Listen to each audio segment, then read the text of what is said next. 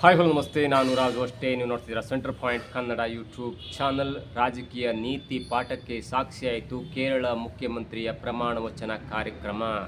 ಏನಿದು ಹೊಸ ಅಪ್ಡೇಟ್, ಇವೆಲ್ಲವನ್ನು ನೋಡೋದಕ್ಕಿಂತ ಮೊದಲು ಇಲ್ಲೇ ತನಕ ನಮ್ಮ ಚಾನಲ್ನ ಸಬ್ಸ್ಕ್ರೈಬ್ ಮಾಡಿಲ್ಲ ಅಂದರೆ ಈಗಲೇ ಸಬ್ಸ್ಕ್ರೈಬ್ ಮಾಡಿ, ಜೊತೆಗೆ ಕಾಮೆಂಟ್ಗಳ ಮುಖಾಂತರ ತಮ್ಮ ಅಭಿಪ್ರಾಯವನ್ನು ತಿಳಿಸಬಹುದು. ಎಸ್ ವೀಕ್ಷಕರೇ, ಪಂಚ ರಾಜ್ಯದ ಚುನಾವಣೆಯ ಫಲಿತಾಂಶ ಬಂದಿದ್ದು ಮೇ 4ಕ್ಕೆ. ಅದಾದ 10 ದಿನಗಳ ನಂತರ, ಅಂದರೆ ಕೇರಳ ಮುಖ್ಯಮಂತ್ರಿಯ ಒಂದು ಆಯ್ಕೆ ಕಸರತ್ತಿತ್ತಲ್ಲ, ಬರೋಬ್ಬರಿ 10 ದಿನಗಳ ನಂತರ ಕೇರಳದ ನೂತನ ಮುಖ್ಯಮಂತ್ರಿಯ ಘೋಷಣೆಯಾಗುತ್ತೆ. ಆ ಘೋಷಣೆಯಲ್ಲಿ ವಿ.ಡಿ. ಸತೀಶನ್ ಅವರು ಆಯ್ಕೆ ಆಗ್ತಾರೆ. ಅಂದರೆ ಕೇಂದ್ರ ಕಾಂಗ್ರೆಸ್ ಹೈಕಮಾಂಡ್ 3 ಜನರಲ್ಲಿ ವೇಣುಗೋಪಾಲ್, ರಮೇಶ್ ಮತ್ತು ವಿ.ಡಿ. ಸತೀಶನ್ ಎನ್ನುವಂಥ 3 ಕಾಂಗ್ರೆಸ್ ಲೀಡರ್ಗಳ ಮಧ್ಯೆ ವಿ.ಡಿ. ಸತೀಶನ್ ಅವರನ್ನ ಮುಖ್ಯಮಂತ್ರಿಯ ಅಭ್ಯರ್ಥಿ ಎನ್ನುವಂಥ ಘೋಷಣೆಯನ್ನು ಮಾಡುತ್ತೆ. ಅಷ್ಟಕ್ಕೆ ಕೇರಳದ ಹೊಸ ಮುಖ್ಯಮಂತ್ರಿಯಾಗಿ ವಿ.ಡಿ. ಸತೀಶನ್ ಅವರು ಆಯ್ಕೆ ಆಗ್ತಾರೆ. ನಾನು ಈ ಸಮಾರಂಭದಲ್ಲಿ ಯಾರ್ಯಾರು ಸೇರಿದ್ರು ಎನ್ನುವುದನ್ನು ನೋಡ್ತಾ ಇದ್ದರೆ, ಇದು ಪಕ್ಷಾತೀತವಾದಂಥ ಕಾರ್ಯಕ್ರಮ. ಇವತ್ತು ಕೇರಳದಲ್ಲಿ ನಡೆದಂಥ ಒಂದು ಕಾರ್ಯಕ್ರಮ ಇದೆಯಲ್ಲ, ಅಂದರೆ ವಿ.ಡಿ. ಸತೀಶನ್ ಅವರ ಈ ಪ್ರಮಾಣ ವಚನ ಕಾರ್ಯಕ್ರಮ ನೋಡ್ತಾ ಇದ್ದರೆ ಅಲ್ಲಿ ಎಲ್ಲೂ ಕೂಡ ರಾಜಕೀಯ ಕಂಡಂಗಿರಲಿಲ್ಲ. ಅದಕ್ಕೆ ಮುಖ್ಯವಾದಂಥ ಕಾರಣ ವಿ.ಡಿ. ಸತೀಶನ್ ಅವರ ಒಂದು ಹೋರಾಟ.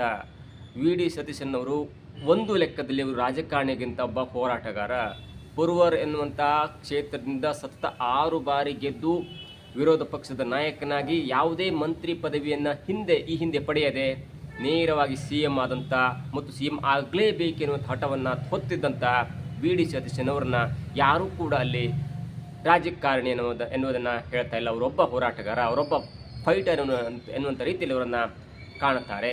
ಅದಕ್ಕೆ ಮುಖ್ಯವಾದ ಕಾರಣ, ಅದಕ್ಕೆ ಮುಖ್ಯವಾದ ಸಾಕ್ಷಿ ಅಂದರೆ, ಇವತ್ತು ಎಲ್ಲ ಪಕ್ಷದವ್ರನ್ನೂ ಕೂಡ ಜೊತೆಗೆ ಕೂಡಿಸಿ, ಅಂದರೆ ಅವರ ಒಂದು ಕಾರ್ಯಕ್ರಮದಲ್ಲಿ ಕೂರಿಸಿ ಅವರು ಪ್ರಮಾಣ ವಚನವನ್ನು ತೆಗೆದುಕೊಂಡಂಥ ರೀತಿ. ಆ ಪ್ರಮಾಣ ವಚನ ಕಾರ್ಯಕ್ರಮದಲ್ಲಿ ಕಾಂಗ್ರೆಸ್ ನಾಯಕರಿದ್ದರು, ರಾಹುಲ್ ಗಾಂಧಿ ಇದ್ದರು, ಖರ್ಗೆ ಇದ್ದರು, ನಮ್ಮ ಸಿದ್ದರಾಮಯ್ಯ ಇದ್ದರು, ಜೊತೆಗೆ ಡಿ.ಕೆ. ಶಿವಕುಮಾರ್ ಇದ್ದರು, ರೇವಂತ್ ರೆಡ್ಡಿ ಇದ್ದರು. ಹೀಗೆ ಕಾಂಗ್ರೆಸ್ನ ಗಣ್ಯ ನಾಯಕರೆಲ್ಲ ಕೂಡ ಇದ್ದರು. ಅದು ದೊಡ್ಡ ಒಂದು ಮಾತಲ್ಲ. ಆದರೆ ಕಾಂಗ್ರೆಸ್ನ ಹೊರತಾಗಿ, ಆ ಕಾಂಗ್ರೆಸ್ ಜೊತೆಗಿನ ಮೈತ್ರಿ ಪಕ್ಷದ ಹೊರತಾಗಿ ಬೇರೆ ಪಕ್ಷದವರು ಬಂದಿದ್ರಲ್ಲ, ಅದು ಇದೀಗ ಎಲ್ಲರನ್ನ ಹುಬ್ಬೇರಿಸುವಂತೆ ಮಾಡಿದೆ. ಮತ್ತು ಅದು ಒಬ್ಬ ರಾಜಕಾರಣಿಗೆ, ಒಬ್ಬ ಫೈಟರ್ಗೆ ಇರಬೇಕಾದಂಥ ಬಹುಮುಖ್ಯ ಲಕ್ಷಣ. ಅಲ್ಲಿ ಯಾರ್ಯಾರಿದ್ರು? ಕಳೆದ ಬಾರಿಯ ಮುಖ್ಯಮಂತ್ರಿ, 2 ಬಾರಿ ಮುಖ್ಯಮಂತ್ರಿ ಆಗಿದ್ದಂಥ LDFನ ಪಿಣರಾಯಿ ವಿಜಯನ್ ಅವರಿದ್ದರು. ಜೊತೆಗೆ ಮತ್ತೆ ಯಾರಿದ್ರು? ಪಕ್ಷ ವಿರೋಧಿಯಾಗಿರುವಂಥ, ಅಂದರೆ ತನ್ನ ಪಕ್ಷದಿಂದ ಅತ್ಯಂತ ಮೈಲುತ್ತ ದೂರ ಇರುವಂಥ, ಕಾಂಗ್ರೆಸ್ ಸ್ವತಃ ಹೇಳುವಂಥ ಕೋಮುವಾದಿ ಪಕ್ಷ ಅಂತ ಹೇಳುವಂಥ BJP ಅವರು ಇದ್ದರು. ಯಾವಾಗ ಸತೀಶನ್ ಅವರು ಮುಖ್ಯಮಂತ್ರಿಯ ಅಭ್ಯರ್ಥಿಯಾಗಿ ಆಯ್ಕೆ ಆಗ್ತಾರಲ್ಲ, ಶಾಸಕಾಂಗದ ಪಕ್ಷದ ಅಧ್ಯಕ್ಷರಾದ ನಂತರ, ನಾಯಕರಾದ ನಂತರ ಪ್ರತಿಯೊಬ್ಬ ವಿರೋಧ ಪಕ್ಷದ ನಾಯಕರಿಗೂ ಸ್ವತಃ ಕಾಲ್ ಮಾಡಿ ಆಹ್ವಾನ ಮಾಡ್ತಾರೆ. ಅದರಲ್ಲಿ ಪಿಣರಾಯಿ ವಿಜಯನ್ ಅವರಿರ್ಬೋದು, BJPಯ ರಾಜ್ಯಾಧ್ಯಕ್ಷರಾಗಿರುವಂಥ ರಾಜೀವ್ ಚಂದ್ರಶೇಖರ್ ಆಗಿರ್ಬೋದು, ಇವರೆಲ್ಲರೂ ಕೂಡ ಇದ್ದರು ಇವತ್ತು ಸ್ಟೇಜ್ನಲ್ಲಿ. ಅವರ ಸಮ್ಮುಖದಲ್ಲಿ ಕೇರಳದ ನೂತನ ಮುಖ್ಯಮಂತ್ರಿಯಾಗಿ ನ್ಯೂ ಕೇರಳ ಎನ್ನುವಂಥ ಒಂದು ಘೋಷಣೆಯೊಂದಿಗೆ ಪ್ರಮಾಣ ವಚನವನ್ನು ಸ್ವೀಕಾರ ಮಾಡಿದರು. ಇದು ಪ್ರತಿಯೊಬ್ಬ ರಾಜಕಾರಣಿಗೂ, ಪ್ರತಿಯೊಬ್ಬ ಪಕ್ಷದಿಗೂ ಕೂಡ ಒಂದು ನೀತಿ ಪಾಠ. ಇವರೆಲ್ಲ ಯಾಕೆ ಬಂದಿದ್ರು ಎನ್ನುವುದನ್ನು ನೋಡ್ತಾ ಹೋದರೆ, ಅವರು ಬರಲಿಲ್ಲ ಅಂದಿದ್ರೆ ಆ ನಾಯಕರಿಗೆ ಒಂದು ಮರ್ಯಾದೆ ಕಡಿಮೆ ಆಗ್ತಿತ್ತು. ಒಂದು ವೇಳೆ ಸತೀಶನ್ ಅವರು ಕರೆದ್ರೂ ಕೂಡ ಪಿಣರಾಯಿ ವಿಜಯನ್ ಅವರು ಆ ಸಮಾರಂಭಕ್ಕೆ ಬರಲಿಲ್ಲ ಅಂದರೆ ಪಿಣರಾಯಿ ವಿಜಯನ್ ಅವರ ಒಂದು ಗೌರವ ಕಡಿಮೆ ಆಗ್ತಿತ್ತು. ಒಂದು ವೇಳೆ ರಾಜೀವ್ ಚಂದ್ರಶೇಖರ್ ಅವರು ಈ ಸಮಾರಂಭಕ್ಕೆ ಬರಲಿಲ್ಲ ಅಂದಿದ್ರೆ ರಾಜೀವ್ ಚಂದ್ರಶೇಖರ್ ಅವರ ಗೌರವ ಸ್ವಲ್ಪ ಕಡಿಮೆ ಆಗ್ತಿತ್ತು. ಅಂಥ ಒಂದು ಗೌರವವನ್ನು ಸಂಪಾದನೆ ಮಾಡಿದವರು ಅದು ಯಾರಂದರೆ ಕೇರಳದಲ್ಲಿ ವಿ.ಡಿ. ಸತೀಶನ್ ಅವರು. ಇದಕ್ಕಿಂತ ಮೊದಲು ಕೆಲವೊಂದು ಘಟನೆಗಳನ್ನ ಹೇಳ್ತೇನೆ. ಅಂದರೆ, ಒಂದು ಚುನಾವಣೆಯಲ್ಲಿ ಸೋತ ನಂತರ ಗೆದ್ದ ಅಂಥವ್ರು ವಿಶ್ ಕೂಡ ಮಾಡಲ್ಲ. ಅಂಥ ಒಂದು ಘಟನೆಯೂ ಕೂಡ ಹಿಂದೆ ನಡೆದಿದೆ. ಈ ಹಿಂದೆ ಮಮತಾ ಬ್ಯಾನರ್ಜಿಯವರು 2011ರಲ್ಲಿ CPIMನ ಒಂದು ಪಕ್ಷವನ್ನು ಅಂದರೆ ಬುದ್ಧದೇವ್ ಭಟ್ಟಾಚಾರ್ಯ ಅವರ ಒಂದು ಪಕ್ಷವನ್ನು ಸೋಲಿಸಿ ಅಧಿಕಾರಕ್ಕೆ ಬಂದಾಗ ಸ್ವತಃ ಮಮತಾ ಬ್ಯಾನರ್ಜಿಯವರ ಪ್ರಮಾಣ ವಚನ ಸ್ವೀಕಾರ ಸಮಾರಂಭಕ್ಕೆ ಸ್ವತಃ ಬುದ್ಧದೇವ್ ಭಟ್ಟಾಚಾರ್ಯ ಅವರು ಬಂದಿದ್ದರು ಮತ್ತು ಶುಭಾಶಯ ಕೋರಿದ್ರು. ಆ ಒಂದು ಸಮಾರಂಭದಲ್ಲಿ ಬುದ್ಧದೇವ್ ಭಟ್ಟಾಚಾರ್ಯ ಕೂಡ ಇದ್ದರು. ಆದರೆ ಅದೇ ಮಮತಾ ಬ್ಯಾನರ್ಜಿ ಸುವೇಂದು ಅಧಿಕಾರಿ ವಿರುದ್ಧ ಸೋತಾಗ, ಸುವೇಂದು ಅಧಿಕಾರಿಯ ಒಂದು ಪ್ರಮಾಣ ವಚನ ಕಾರ್ಯಕ್ರಮಕ್ಕೆ ಬರೋದು ಹೊರಗಿರಲಿ, ತಾನು ಸೋತರೂ ಕೂಡ, ತನ್ನ ಸರ್ಕಾರ ಹೀನಾಯವಾಗಿ ಸೋತರೂ ಕೂಡ ಮುಖ್ಯಮಂತ್ರಿ ಪದವಿಯನ್ನು ಬಿಟ್ಟುಕೊಡ್ಲಿಕ್ಕೆ ರೆಡಿನೇ ಇರಲಿಲ್ಲ. ಅದಾದ ನಂತರ ಅವರನ್ನು ವಜಾಗೊಳಿಸಲಾಯಿತು. ಇದು ಈಗಿನ ಕತೆ. ನಮ್ಮ ಕರ್ನಾಟಕ ವಿಷಯಕ್ಕೆ ಬಂದಾಗ ಅಂದರೆ ಸಮಾರಂಭಕ್ಕೆ ಹೋಗಲ್ಲ, ಆದರೆ ಅಂಥ ದೊಡ್ಡ ರಾಜಕೀಯ ದ್ವೇಷ ಇಲ್ಲ. ಯಡಿಯೂರಪ್ಪನವರು ವಿನ್ ಆದಾಗ ಸಿದ್ದರಾಮಯ್ಯವರು ವಿಶ್ ಮಾಡ್ತಾರೆ, ಸಿದ್ದರಾಮಯ್ಯವರು ವಿನ್ ಆದಾಗ ಯಡಿಯೂರಪ್ಪನ ವಿಶ್ ಮಾಡ್ತಾರೆ, ಕುಮಾರಸ್ವಾಮಿ ಅವರು ವಿನ್ ಆದಾಗ ಬೇರೆ ಪಕ್ಷಗಳು ಒಂದು ಶುಭಾಶಯ ಕೋರ್ತಾರೆ. ಆದರೆ ಸಮಾರಂಭದಲ್ಲಿ ವೇದಿಕೆ ಹಂಚಿಕೊಳ್ಳುವಂಥ ಒಂದು ಪದ್ಧತಿ ನಮ್ಮಲ್ಲಿಲ್ಲ. ಯಾಕಂದರೆ ಯಡಿಯೂರಪ್ಪನವರ ಒಂದು 50 ವರ್ಷದ ರಾಜಕೀಯ ಸಮಾರಂಭ ಆಯಿತು, ಅಲ್ಲಿ ಯಾರು ಕೂಡ ಬೇರೆ ರಾಜಕೀಯ ಮುಖಂಡರು ಬರಲಿಲ್ಲ. ಆದರೆ ಒಂದು ಬಾರಿ ಮಾತ್ರ ಯಡಿಯೂರಪ್ಪನ ಸಮಾರಂಭಕ್ಕೆ ನೇರವಾಗಿ ಸಿದ್ದರಾಮಯ್ಯನವರು ಆಹ್ವಾನಿಸಿದ್ರು ಮತ್ತು ಸಿದ್ದರಾಮಯ್ಯವರು ಹೋಗಿದ್ದು. ಅದು ಬಿಟ್ಟರೆ ಬೇರೆ ಬೇರೆ ಪಕ್ಷದವರ ಸಮಾರಂಭದಲ್ಲಿ ಮತ್ತೊಬ್ಬ ಪಕ್ಷದ ಅಭ್ಯರ್ಥಿ ಪಾಲ್ಗೊಳ್ಳುವುದು ಇಲ್ಲಿ ತೀರಾ ವಿರಳ. ಇನ್ನು ನಮ್ಮ ತಮಿಳುನಾಡಿಗೆ ಹೋದಾಗ ಅಲ್ಲಿ ಹೇಳೋದೇ ಬೇಡ ಕೇಳೋದೇ ಬೇಡ. ಯಾಕಂದರೆ ಅಲ್ಲಿ ಅತ್ಯಂತ ದೊಡ್ಡ ಪ್ರಮಾಣದಲ್ಲಿ ರಾಜಕೀಯ ದ್ವೇಷಗಳಿದ್ದಾರೆ. ಒಂದು ಹಂತದಲ್ಲಿ DMK ಬಂದಾಗ, ಅಂದರೆ ಕರುಣಾನಿಧಿ ಪಕ್ಷ ಬಂದಾಗ ಜಯಲಲಿತಾ ಅವರನ್ನ, ಅಂದರೆ ಅಧಿಕಾರ ಸ್ವೀಕಾರ ಮಾಡಿದ ಮರುಕ್ಷಣವೇ ಜಯಲಲಿತಾ ಅವರನ್ನು ಜೈಲಿಗೆ ಕಳಿಸುವಂಥ ಕಾರ್ಯ ಆಯಿತು. ಅದಾದ ನಂತರ ಯಾವಾಗ ಜಯಲಲಿತಾ ಹೊರಗೆ ಬಂದು ಜಯಲಲಿತಾ ಗೆದ್ರಲ್ಲ, ಅದಾದ ನಂತರ ಕುರ್ಚಿಯ ಮೇಲೆ ಕೂತಿರುವಂಥ ವಯಸ್ಕರಾದಂಥ ಕರುಣಾನಿಧಿಯವರನ್ನ ಕುರ್ಚಿ ಮೇಲಿಂದ ಎತ್ತಾಕೊಂಡು ಹೋಗುವಂಥ ಒಂದು ವ್ಯವಸ್ಥೆ ಆಯಿತು. ಅದು ತಮಿಳುನಾಡಲ್ಲಿ DMK ಮತ್ತು AIDMK ನಡುವೆ ದೊಡ್ಡ ಕಾಳಗೆ ನಡೆಯುತ್ತೆ. ಮತ್ತು ಅವ್ರು ಯಾರು ಕೂಡ ಒಂದು ಪಕ್ಷದ ವೇದಿಕೆಯನ್ನು ಒಂದು ಪಕ್ಷದ ಹಂಚ್ಕೊಳ್ಳೋದಾಗಲಿ ಅಥವಾ ಬೇರೆ ಬೇರೆ ಕಾರಣಕ್ಕಾಗಿ ಆ ಪಕ್ಷದ ನಾಯಕರು ಒಟ್ಟಿಗೆ ಕಾಣಿಸ್ಕೊಳ್ಳೋದು ಇಲ್ಲವೇ ಇಲ್ಲ. ಪಕ್ಕದ ಆಂಧ್ರದಲ್ಲೂ ಅಷ್ಟೇ TDPಯ ಚಂದ್ರಬಾಬು ನಾಯ್ಡು ಮತ್ತು YSRCP ಪಕ್ಷದ ಜಗನ್ಮೋಹನ್ ರೆಡ್ಡಿಯ ನಡುವೆ ಕಾಳಗ ನಡೆಯಿತು. ಜಗನ್ಮೋಹನ್ ರೆಡ್ಡಿ ಅವರು ವಿಧಾನಸೌಧದಲ್ಲಿ ಹೇಳಿದರು, ನಾನು ಮುಖ್ಯಮಂತ್ರಿಯಾಗಿ ಬಂದು ನಿಮ್ಮನ್ನು ಜೈಲಿಗಟ್ತೇನೆ ಅಂತ ಮಾತ್ರ ಹೇಳಿದ್ರು. ಅದೇ ರೀತಿಯಲ್ಲಿ ಆಂಧ್ರದಲ್ಲಿ ಅಮೋಘವಾಗಿ ಗೆಲುವನ್ನು ಸಾಧಿಸಿ ಚಂದ್ರಬಾಬು ನಾಯ್ಡು ಅವರನ್ನು ಒಳಗಾಕಿದ್ರು, ಜೈಲಿಗೆ ಹಾಕಿದ್ರು. ಅದಾದ ನಂತರ ಮತ್ತೆ ಹೊರಗೆ ಬಂದಂಥ ಚಂದ್ರಬಾಬು ನಾಯ್ಡು ಅವರು ಅಂದರೆ ಮುಂದಿನ ಚುನಾವಣೆಯಲ್ಲಿ ಗೆದ್ದು ಬೀಗ್ತಾರೆ. ಅದಾದ ನಂತರ ಜಗನ್ಮೋಹನ್ ರೆಡ್ಡಿ ಅವರನ್ನ ಬೇರೆ ಕೇಸ್ನಲ್ಲಿ ಒಳಗೆ ಹಾಕ್ತಾರೆ. ಹೀಗಾಗಿ ಈ ಆಂಧ್ರ, ತಮಿಳುನಾಡು ಈ ಕಡೆ ಎಲ್ಲ ರಾಜಕೀಯ ವೈಷಮ್ಯ, ರಾಜಕೀಯ ಎದುರಾಳಿಗಳನ್ನು ಬಗ್ಗು ಬಡಿಯಬೇಕೆನ್ನುವಂಥ ಒಂದೇ ಒಂದು ಹಠ ಇರುತ್ತೆ ಹೊರತು ಸಮಾರಂಭ, ಸ್ನೇಹ, ಕಾಳಜಿ ಯಾವುದೂ ಇರಲ್ಲ. ಆದರೆ ಈಗಿನ ಕೇರಳದ CMನ ನಡೆಯನ್ನು ನೋಡ್ತಾ ಇದ್ರೆ ಎಲ್ಲರೂ ಕೂಡ ಆಶ್ಚರ್ಯ ಪಡಲೇಬೇಕು. ಅವರ ಅಜೆಂಡಾ ಒಂದೇ, ಯಾವುದೇ ಮ್ಯಾನಿಫೆಸ್ಟೋ ಇಲ್ಲ, ಯಾವುದೇ ಗ್ಯಾರಂಟಿ ಏನೂ ಇಲ್ಲ.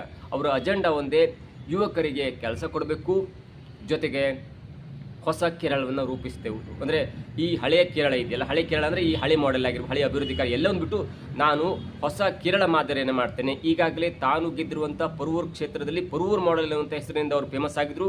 ಹಾಗಾಗಿ ಅವರು ಯಾವುದೇ ಕಾರಣಕ್ಕೂ ಕೂಡ ಒಂದು ಕಡೆ ವೇಣುಗೋಪಾಲ್ ಅವರು ಹೈಕಮಾಂಡ್ಗೆ ಹತ್ತಿರ ಇದ್ದರು, ಮತ್ತೊಂದು ಕಡೆ ರಮೇಶ್ ಅವರು ಕೂಡ ಹೈಕಮಾಂಡ್ಗೆ ಹತ್ತಿರ ಇದ್ದರು. ಆದರೆ ಯಾವುದೇ ಒಂದು ಹತ್ತಿರದ ಸಂಬಂಧವನ್ನು ಇಟ್ಕೊಳ್ಳೋಂಥ ನಾನು ಮುಖ್ಯಮಂತ್ರಿ ಆಗಬೇಕು, ಇಲ್ಲಾಂದರೆ ನನಗೇನು ಬೇಡ, ನನಗೆ ಈ 2.5 ವರ್ಷ ಒಪ್ಪಂದ ಬೇಡ, ಏನು ಬೇಡ, ಆದರೆ ಮುಖ್ಯಮಂತ್ರಿ ಮಾತ್ರ ಆಗಬೇಕು ಎನ್ನುವಂಥ ಹಠವನ್ನು ತೊಟ್ಟು ಅನೇಕ MLAಗಳು ವೇಣುಗೋಪಾಲ್ ಅವರ ಪರವಾಗಿದ್ದರೂ ಕೂಡ ಅದು ಯಾವುದಕ್ಕೂ ಕೂಡ ತಲೆ ಕೆಡಿಸ್ಕೊಳ್ಳದೆ ಮುಖ್ಯಮಂತ್ರಿ ಕೊಟ್ಟರೆ ಕೊಡಿ, ಇಲ್ಲಾಂದ್ರೆ ನನ್ನ ದಾರಿಯನ್ನು ನಾನು ನೋಡ್ಕೊಳ್ತೇನೆ ಅಂತ ಖಡಕ್ ಸಂದೇಶವನ್ನು ಕೊಟ್ಟು ಇದೀಗ ಮುಖ್ಯಮಂತ್ರಿಯ ಪದವಿಗೆ ಬಂದು ನಿಂತಿದ್ದಾರೆ.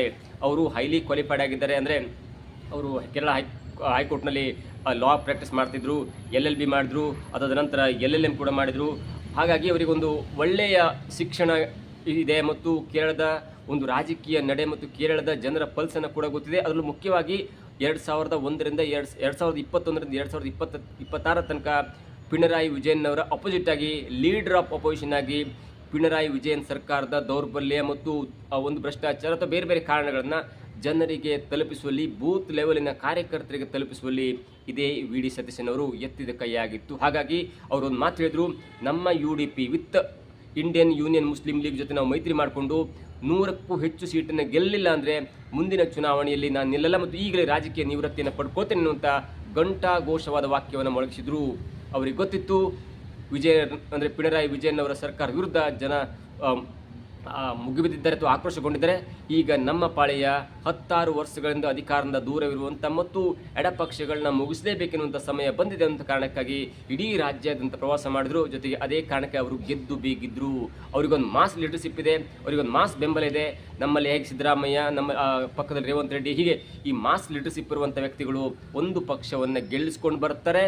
ಜೊತೆಗೆ ತಾವು ಮುಖ್ಯಮಂತ್ರಿ ಆಗಲೇಬೇಕೆನ್ನುವಂಥ ಹಠವನ್ನು ಹೈಕಮಾಂಡ್ ಮುಂದಿಡ್ತಾರೆ. ಸಿದ್ದರಾಮಯ್ಯ ಅಥವಾ ಕರ್ನಾಟಕ ವಿಷಯಕ್ಕೆ ಬಂದಾಗಲೂ ಕೂಡ ಇಲ್ಲ DK ಶಿವಕುಮಾರ್ ಅವರು ಮುಖ್ಯಮಂತ್ರಿ ಆಗಿಬಿಡ್ತಾರೆ ಅನ್ನುವಂಥ ಒಂದು ಮಾತುಕತೆ ಕೇಳಿ ಬಂದಿತ್ತು. ಅಲ್ಲೂ ಕೂಡ 10 ದಿನಗಳ ಹಗ್ಗಜಗ್ಗಾಟದ ನಂತರ ಸಿದ್ದರಾಮಯ್ಯ ಹೇಳಿದ ಒಂದೇ, ನನಗೆ ಮುಖ್ಯಮಂತ್ರಿ ಪಟ್ಟ ಕೊಡಬೇಕು, ನನ್ನ ಮುಖವನ್ನು ನೋಡಿ ಜನ ಮತ ಹಾಕಿದ್ದಾರೆ ಅನ್ನುವಂಥ ಒಂದೇ ಮಾತನ್ನು ಹೇಳಿ ಮುಖ್ಯಮಂತ್ರಿ ಪಟ್ಟವನ್ನು ದಕ್ಕಿಸಿಕೊಂಡ್ರು.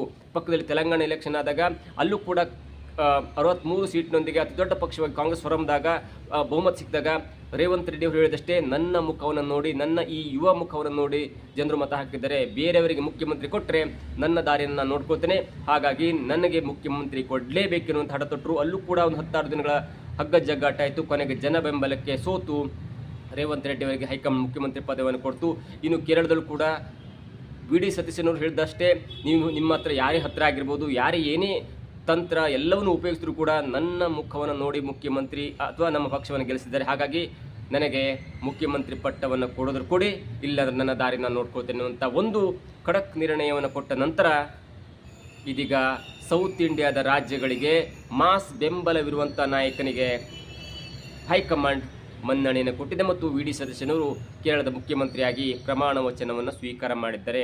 ಅದರಲ್ಲೂ ವಿ ಡಿ ಸತೀಶನವರ ಒಂದು ಪ್ರಮಾಣ ವಚನ ಸ್ವೀಕಾರ ಸಮಾರಂಭಕ್ಕೆ ಬಂದಾಗ ಅಥವಾ ಆ ಪ್ರಮಾಣ ವಚನ ಮಾಡುವಾಗ ಜನರ ಒಂದು ಕೂಗಿತ್ತಿಲ್ಲ, ಜೈಘೋಷ ಇತ್ತಿಲ್ಲ, ಅದು ಎಲ್ಲರನ್ನೂ ಕೂಡ ಒಂದು ಹಂತಕ್ಕೆ ಮಂತ್ರಮುಗ್ಧಗೊಳಿಸುತ್ತೆ ಮತ್ತು ರೋಮಾಂಚನವನ್ನಾಗಿ ಮಾಡುತ್ತೆ. ವಿ ಡಿ ಸತೀಶನವರು ಸಿಟ್ಟಿನ ಮನಸ್ಸು ಅಂತಾರೆ, ಆದರೆ ಪದೇ ಪದೇ ಸ್ಮೈಲ್ ಕೊಡ್ತಾ ಇರ್ತಾರೆ. ಹೀಗಾಗಿ ಇನ್ನು ಮುಂದೆ ಕೇರಳ ವಿ ಡಿ ಸತೀಶನವರ ನೇತೃತ್ವದಲ್ಲಿ ಒಂದು ಒಳ್ಳೆಯ ಹಾದಿಯನ್ನು ಹಿಡಿಲಿ ಮತ್ತು ಕರ್ನಾಟಕದ ಜೊತೆನ ಸಂಬಂಧ ಕೂಡ ಚೆನ್ನಾಗಿರಲಿ ಎಂದು ಕೂಡ ನಮ್ಮ ಆಶಯ. ಇದಾಗಿತ್ತು ಇವತ್ತಿನ ವಿಶೇಷ. ನೋಡ್ತಾ ಇರಿ centre point Kannada YouTube channel.